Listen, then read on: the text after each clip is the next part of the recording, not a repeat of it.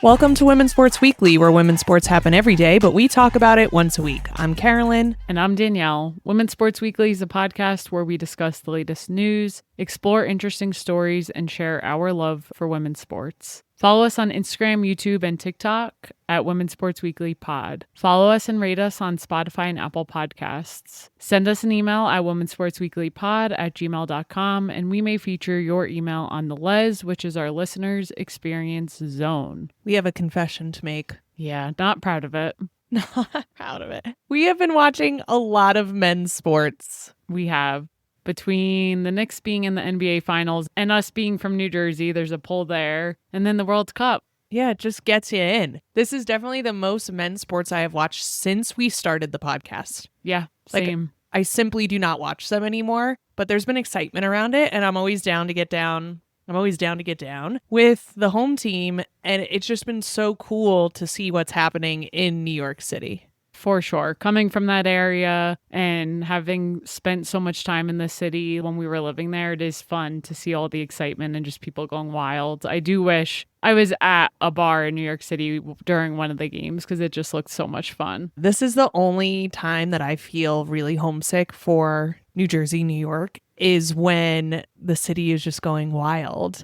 I remember my freshman year of college, I was really into the Yankees. And my freshman year of college, the Yankees won the World Series. I was never more homesick. And I'm feeling pretty homesick right now with everything that's going on with the Knicks. I have no Knicks gear, but I do have this Maggie Rogers t-shirt.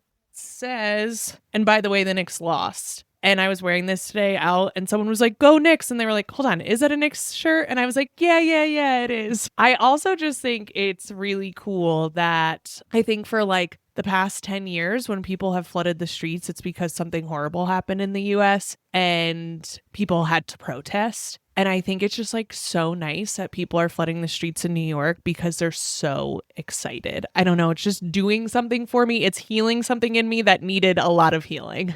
I think it's been really fun to see everything on social media and on the television and just everyone gathering together around that team. Definitely. And with the World Cup going on, it's really cool to see all these nations come together and also the supporters from all the nations. I give the supporters so much credit for coming to the US and just bawling out and supporting their team. I don't know. There's some cool cultural things that is really what's drawing me to it. Not so much the men's sports aspect, but the culture around it that I'm really, really enjoying. Yeah, definitely. Okay, I think that was like 3 minutes.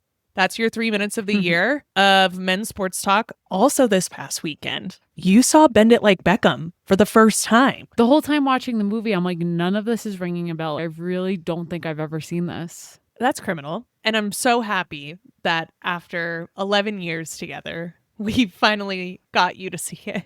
And I loved it. It was great. I laughed a lot. I mean, the graphics are horrible because it's so old, but it was a funny, cute movie. There were some cringe parts, like the players falling in love with the coach and the coach also falling in love with the players. Like, not sure we should be doing that. But aside from that, it was great. So I think overall, it's still pretty much holds up. The jokes in it are they're really funny. Yeah. And it's still a good movie. My feedback, it is way too long. It's very long. It's almost 2 hours long. And I'm like, we did not need this to be too long. The coach storyline just does not need to be there. I just need Jess and Jules' friendship and potential more than friendship. Like, they need to redo Bend It Like Beckham and make it a queer movie. It would be so great.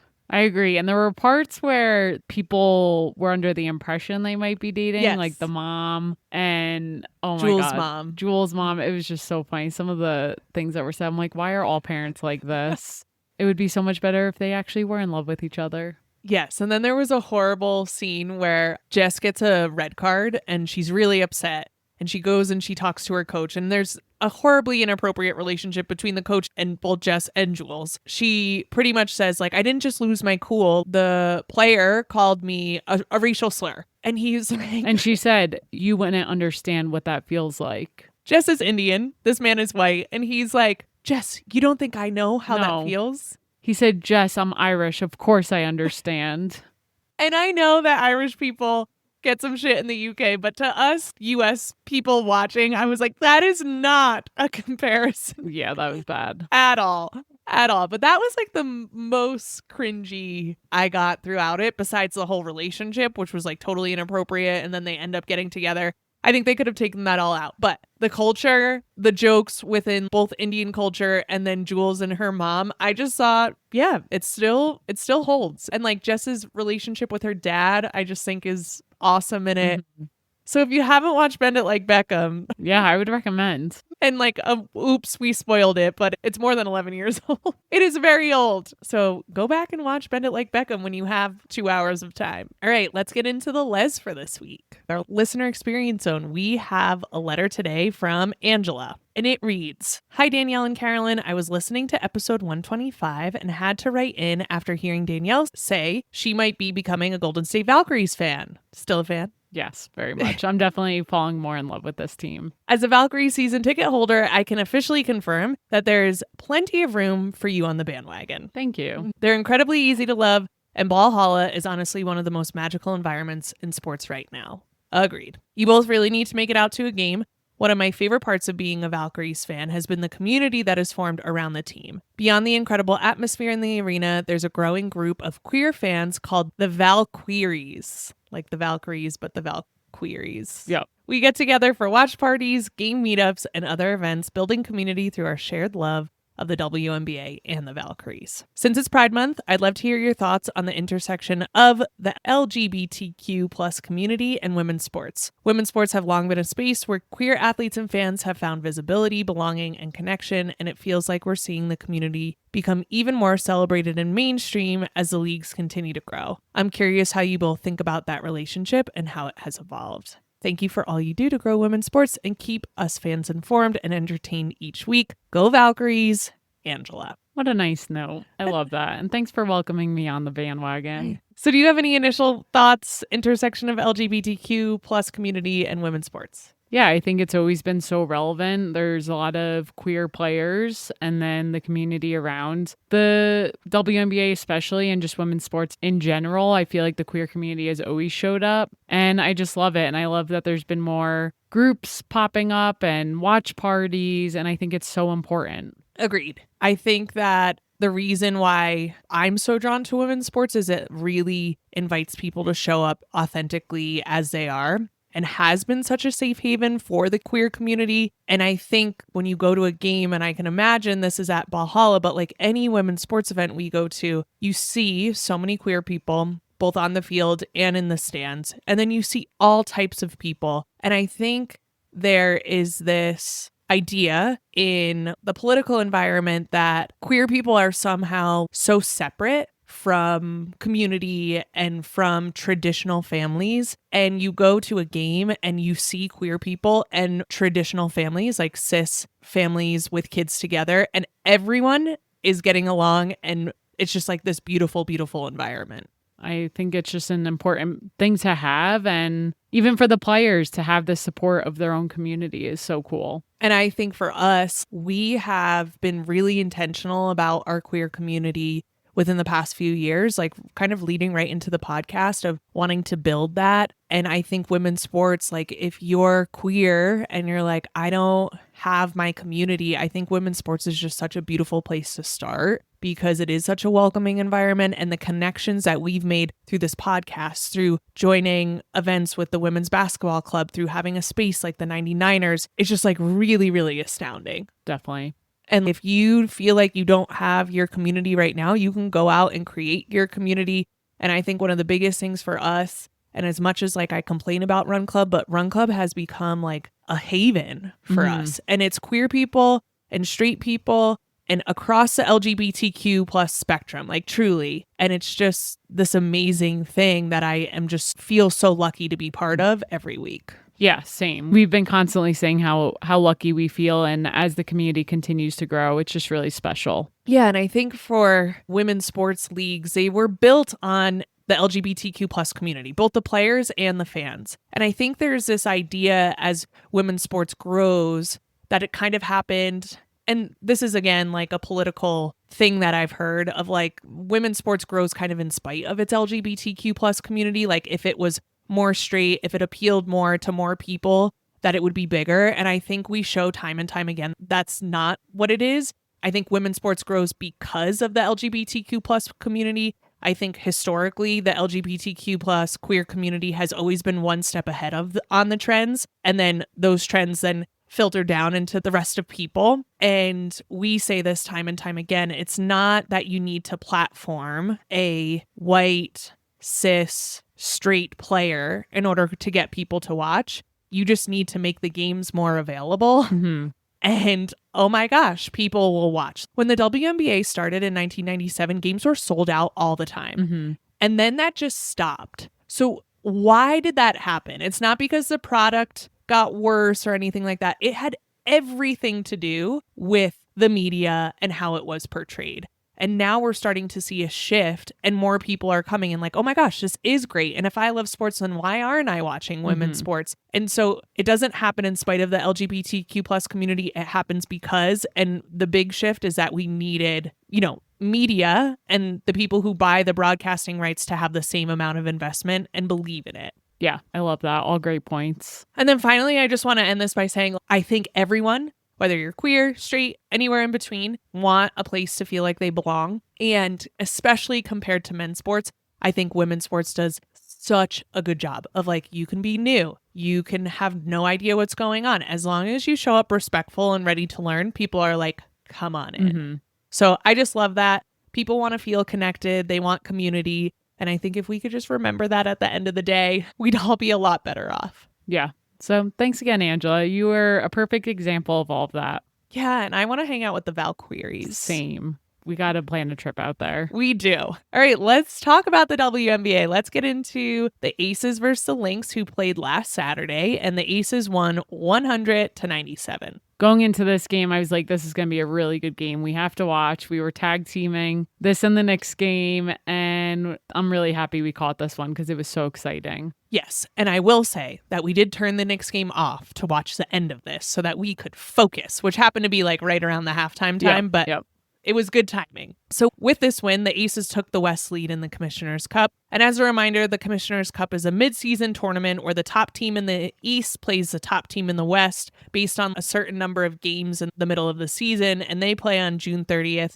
for the Cup Championship. That comes along with money, more recognition, all that good stuff. In this game, A'ja Wilson had 24 points and 10 rebounds. She played amazingly, as she always does. And I just need to say that the Lynx trailed by 15 in the first half because Chelsea Gray was shooting 4 for 5 from the three-point line. And she also finished with 23 points and 7 assists.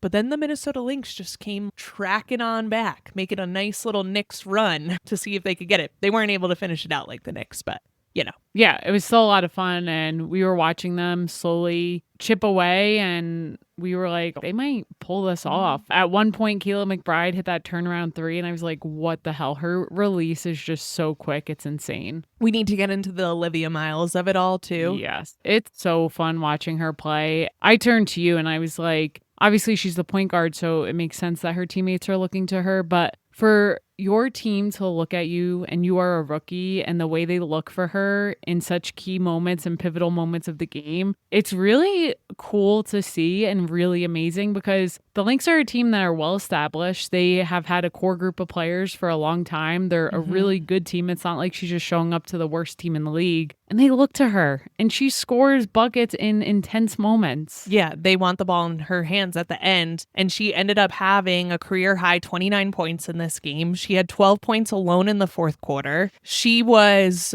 going up against A'ja Wilson multiple times, went downhill, got a quick 2 against A'ja Wilson, and then does it again and gets the and 1 foul. Against A'ja Wilson, just totally fearless. So the 3-point play that I just mentioned actually gave the Lynx a lead, 94-93 with 48 seconds left. The Aces come down the court. Jewel Lloyd throws up a 3 and Kayla McBride fouls her. That was a tough foul. She did everything in her power to avoid her, but she just clipped Jewel's hand and that was a rough one. Jewel Lloyd makes all 3, which we knew. We were like, oh, she's making all 3 of these foul shots. But then the Lynx just kept going to Olivia Miles. We were watching and we were just like, oh my gosh, they're just trusting Olivia Miles. And what does she do? She made a go-ahead 3 to put the Lynx up by 1 again with 24.5 seconds left to play. But then A'ja Wilson gets the ball. She draws a quick foul. She's going to hit her free throws. Las Vegas goes back up. and then ball in Olivia Miles' hands again with 7 seconds left. And she gets a shot at the top of the key. Not the best look, but like she had the hot hand and she misses and the Aces end up winning. I have to note that that miss was her only miss of the fourth quarter. That's she was wild. 5 for 6. So my question to you, and I asked you this when we were watching the game over the weekend, is do you think Olivia Miles thinks the WNBA is easy? She sure makes it look easy. I would love to pick her brain and ask her. Because if I'm Olivia Miles and I'm playing the way that I'm playing and everyone tells me that the WNBA is more physical, just wait till you get to the WNBA. It's going to be so difficult. And she's just like, oh, hey, Asia Wilson, best player in the world. Sure, I'm going to go downhill on you and I'm going to score every time. It just is so, it's amazing to me. Yeah, I knew Olivia Miles would be good in the WNBA. I did not think she would explode the way she has been. She's just been playing on another level, and nothing against her, just as a rookie, it takes an adjustment, but there's been no adjustment period for her. She's just been a force to be reckoned with. That's exactly right. The Aces actually with this win ended up ending the Lynx 8-game winning streak. But I do have to say, like, Nafisa Collier's not even back. We also had this conversation this past weekend. If I'm Cheryl Reeve, I'm like, Nafisa, take your time. Not because we don't need you, but because we need you 100% and we're doing okay without you. Like, we've got, like, I can't even imagine what the Lynx are going to look like when Nafisa Collier gets back and they're just revving at all cylinders. Yeah. Scary thought. It's amazing. All right, let's get into some updates for this week. Yeah, starting with Run Club. We have Run Club this Thursday and every Thursday at 6 p.m. Mountain Time here in Denver at the 99ers Sports Bar. Each week we run 3 miles, and if you listen to our podcast and share the secret word with the bartenders after our run, you will get 50% off your first draft. The secret word this week is Olivia. Shout out. We also need to ask you to please rate and subscribe to our podcast.